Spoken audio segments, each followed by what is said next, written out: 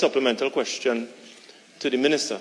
Minister, can you indicate what is the status of the funding allocation that was appropriated for the full completion of this project? Honourable Minister. Thank you, Mr. Speaker. Mr. Speaker, on taking office in April 28, 2025, the Ministry of Public Utilities was left with mounting debt.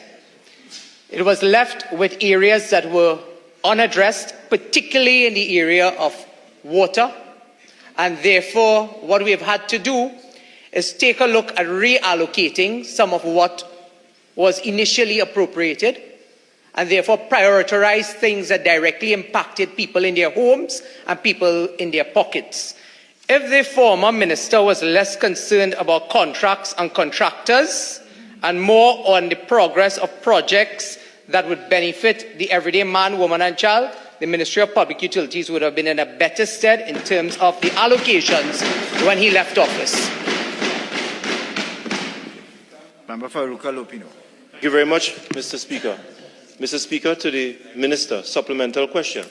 Minister, having regard to the fact that the former Ministry of Public Utilities under the PNM administration, out of care and concern to the people of Sangre Grande, appropriated finances for the full restoration of this project to service the people of Sangre Grande, can you say why your government has reallocated funding from this very important project for the people of Sangre Grande?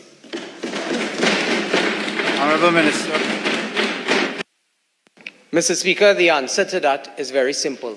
While the government remains committed to fulfilling this project, there are a number of things that impact people every single day of their lives. When they turn on their taps and they can't get water in Sangre Grande, they were more concerned about getting the water in their taps in Sangre Grande rather than visiting an heritage site, which, yes, we are committed to, but we were more focused on people delivery in terms of what was priority at this time.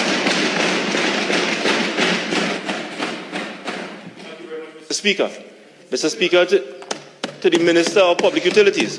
Minister, can you indicate whether the reallocation of the funds for this very important post-office project was reallocated to water improvement projects? And if that is the case, what are those projects?